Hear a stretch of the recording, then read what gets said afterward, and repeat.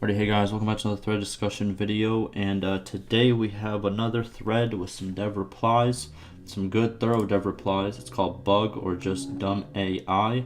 As you can see right here, some very thorough dev replies, so we're going to see what they have to say, what kind of new information we can get from it, but without further ado, I'm going to link this down below, and let's read what the original poster has to say.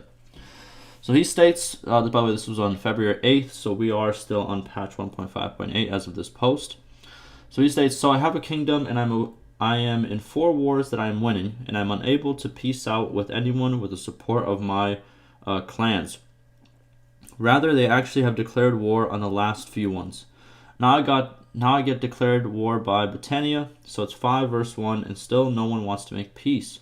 I could receive 8,600 dinars per day in tribute, whereas 5,110 are from Khazate alone if I pieced out, and it would let my armies focus on a single opponent and let the eastern cities catch a breath and catch up. But no, I've been in almost non-stop war since I declared my kingdom, and it's really freaking annoying because you aren't able to do anything else during war times. If I let my AI clans fight the war alone, they just mess things up.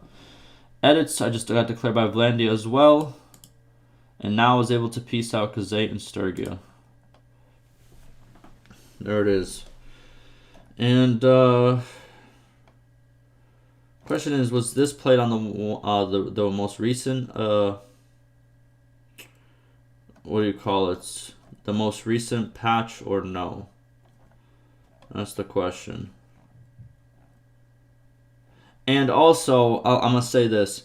When your kingdom strength gets to this point, more people will try to fight you because, as you can see by the enemy strength, you're far and beyond. So therefore, I don't know if this is exactly how it works, but from my observations and how I played and how I've seen others play, I've seen that, you know, if you have this high of a, or even in my case, right? I had this high of maybe I had like 10,000, a little bit less than you, right? And all the other strengths of all other kingdoms were 1,000 or below. And what would happen is I was at war with all of them, but it was kind of insignificant because I was still the biggest power, right? And in this way, it's a little bit more significant on your side because you can see 4,000. Alrighty, my bad. As I was saying, what's it called? Pretty much in summarization, since you have such a big such a big force, more people will try to start wars with you that are obviously of smaller capacity because, you know, they have more to gain than you have to gain, you know? And if they kind of band together, it's better for them. And if you really look at it, if you add all of these up, it's pretty much like a fair fight. You know, you have 4,000, 4,000. That's about 8,000 plus 2,000. That's 10,000 plus, you know, another 3,000. You're pretty much at a 14,000 versus 14,000 battle just across different kingdoms. You can put it like that, right? So it's kind of fair in a way, if that kind of makes sense, right? But yeah, like as he states right here, it makes sense to me. When your kingdom's at 14,000 strength, and then you combine the strength of the 5 factions, it's about the same thing, you know? So, you know, I think it's not a bad system, right? But let's see what the devs have to say. So obviously he uploaded his save, and now the devs are gonna have a look at it, and let's see what they have to say. That's what I'm very much interested in. All right. So he states, I've examined, so this is Mexico, the developer. He says, I examined your save file and do some tweakings. Your lords do not accept peace mostly because your kingdom is so strong compared to all the other one by one. However, total power of all kingdoms is a bit more than your kingdom. Anyway, even situation is this. It's of course unacceptable your lords do not accept making peace with any of these offers. After tweaking, your kingdom's lords are ready to make peace with 3, Azerai, Britannia, and Vlandia, of 8 kingdoms as seen below. Okay, so he pretty much states that, you know, regardless, you're very strong, so they shouldn't want to make peace with everybody, but they still should, you know, be okay with making peace with certain kingdoms. And he says he's done some tweaking, he's done some, you know, changes to make it that way. So they do actually favor some peace agreements and don't favor most, which makes sense, which I think is a good, you know, change or whatever you want to call it. So now he's showing off all the peace that you could possibly make. So yeah, 100% support there. 97% support for Britannia, 0% for the Khazaits. Okay. I'm trying to see what the significance is. 0% there. Okay. I don't know what the exact key notifier is of why it's being made or nothing like that. Maybe the low amount of sieges. Okay. So what I'm seeing is you will propose. It looks like they want to propose peace whenever they're losing these significant battles. As in this matchup, even though Azerai has way less power than you, they have managed to capture the same amount of prisoners. Casualties inflicted, they're only off by 1,200, which is nothing. Successful sieges, they have 3 more than you. And successful raids, they have 3 more than you. So it makes sense for your clan's people to be just like, listen, we're really losing this front. We need to propose peace. Makes sense. Same way here, as you can see, casualties only 400 apart, and these guys are way smaller than you. You've captured more prisoners, which makes sense. But again, they have 2 more successful sieges and 16 more successful raids than you. Therefore, again, this is why they support peace, because they're getting kind of destroyed in these areas, which makes sense. But for this one, as you can see right here, there's 0% for this one. You have more casualties, you have more prisoners. Sieges, barely nothing was there, and they only have 2 successful raids, obviously. So that's what it looks like, right? Again, here, they have more successful raids. You got more casualties, more prisoners, and sieges. Again, you're still winning by 1. You're +1 on them. So it kind of makes sense why the support is 0 for these guys that don't really have an upper hand on you at all. And for these guys, they want peace. Makes sense. Let's continue to see if that's the trend. See, 100%, because obviously they have +2 sieges on you and +4 raids. Makes sense. And 0% here. See, okay, this is the one that doesn't make sense. Because if it was following that formula, he has +1 on you and +29 here too. Weird. Again, weird. This one doesn't make sense to me exactly. But okay. So the dev states, I will try to add changes to a hotfix if possible. Otherwise, it will be added to 1.5.10 in the 2 next patches. Okay. By the way, at your save, there were 8,000 mobile parties. Normal value is 1,000 to 1,500 on a world, which happened because of Infinite Bandit bug, which is fixed, but bandit parties are still there. I advise you to start a new game. It seems unplayable that way. FPS is so low because all world is full of parties and tracks. That is true. If you did start a game in 1.5.8 and you are having FPS issues, it might be good to start a new game, because there has been hotfixes that fix the bandit problem that pretty much overrun the map with just infinite bandit parties. But if you just carried over your save from when the problem was there and when the problem was fixed, those bandits did not disappear. They started spawning like they're supposed to, but they didn't disappear. The parties that are already on the map. And these states right here, you're only supposed to have 1,000 to 1,500 parties.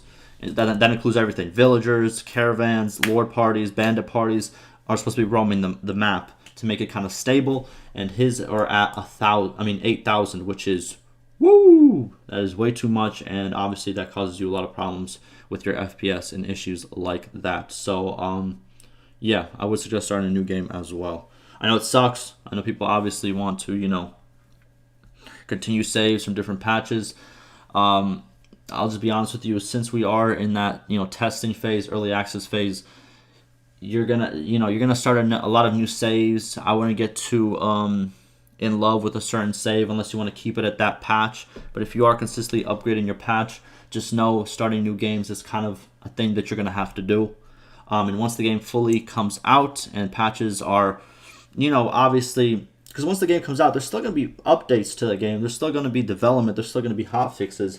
But it won't be as rapid as it is now. I know people think once a month isn't rapid, but it is very, very, very rapid, I know it's early access, but, having a big patch and then having hotfixes throughout the month is pretty significant. And a lot of big games that you play, they only have a significant big patch once a year, maybe twice a year, you know?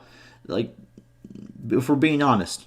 And then, they have some hot fixes as well, but that's just how it goes. So having, a big change to how the game is either, how the engine works, a new feature, a new this, obviously bugs that are created by those new features every single month is pretty nuts. And sometimes we've even seen it, in shorter span than just a month. So again, get used to making new saves until early access is over and the game is polished. That's just how it is. And also, if you're playing on betas, there's no need to complain about, well, I'm not saying there's no need. You should still report when there's problems, bugs, and stuff like that. But just if you are playing on the beta version of the game and not the live version of the game, the live version right now is 1.5.7 and the beta is 1.5.8. So if you are playing on the beta version of the game and you see significant bugs, significant FPS issues, this, and that, that is what a beta is used for. It introduces new things, but it also introduces new good things. But also, with those good things come bad things, and those need to be patched out. So therefore, you're that's what's gonna happen. So I know a lot of people are like, oh, 1.5.8 was a terrible launch. So much issues. That's what happens when new stuff gets introduced. There are issues, and those issues get fixed, and then we move on to the next beta patch, and that's just how it works. So there it is, my quick little rant. But all right, what else we got? We have a player saying, nice, this seems like a great adjustment to the late game. Thank you once again. Some thoughts evoked while reading this post. We really need these Kingdom Diplomacy screens to do better, reflect why the tribute score is what it is. Right now, these are just cool stats about the war, but most don't impact the tribute score, so it does add tons of confusion to what's going on. I know you mentioned personally wanting changes there. Is there something already planned, or do we need more suggestions for it? So he just states he wants to know more information of why that price is like that, how we can raise that price, how we can lower that price, and I agree. And Dev replies, yes, we need to show more data in these screens. For example, town/castle/clan count per, kingdom. Even these are added, still it is not enough, because having more settlements actually is not a reason for getting better tribute offers. It's actually opposite. If you have high strength and clan count, but if you have less numbers of fiefs, then your clans want more war. Makes sense. So what he's pretty much saying is, if the distribution of clan to settlements is, how can I explain this? So let's say if you have 10 clans and you have 20 settlements, right? So each clan has 2 settlements on average, right? Obviously some have more, some have less, whatever. So they don't really want to go to war. They're all eating good. They're all, have very good income. But let's say it's the opposite. Let's say you have 10 clans and only 5 settlements in your kingdom. So on average, each clan has about 0.5 settlements. What that means is, five clans will have 1 settlement, 5 clans will have 0 on average. It might be worse than that, might be better than that, around there on average. And then those want, more war. They want to actually go into more war and gain more land so they can be more comfortable. That's pretty much what he's saying. So he goes, anyways, there are some works for those stuff, for these stuff to inform player better, but I do not know what is planned actually. During war/peace votings, there will be explanations. Also, it's on development queue. They have talked about this, that whenever war and peace votings are made, they're going to give you a reason for it. It's not going to be like us very specific, but it's going to be it's going to give you a good indication of why war has to be made or peace has to be made. We have talked about that before, but yeah, I think this is some good information. Obviously, we're going to get some better peace proposals and tribute proposals in 1.5.10 or a hotfix. Good to see. And yeah, start a new save if you have the issue of FPS at 1.5.8. That is a big one too, because I know a lot of people probably do have that and they're probably very frustrated and they don't know the reason. The reason is that bandit bug, even though it was fixed, as the devs have stated, those bandit parties are still there until you take them out or the AI takes them out. And they're very hard to take out when there's thousands of them in a very small area, But yeah, that looks like that will do it for me. Let me know what you guys think. Ask me any questions and concerns. And like always, stay safe.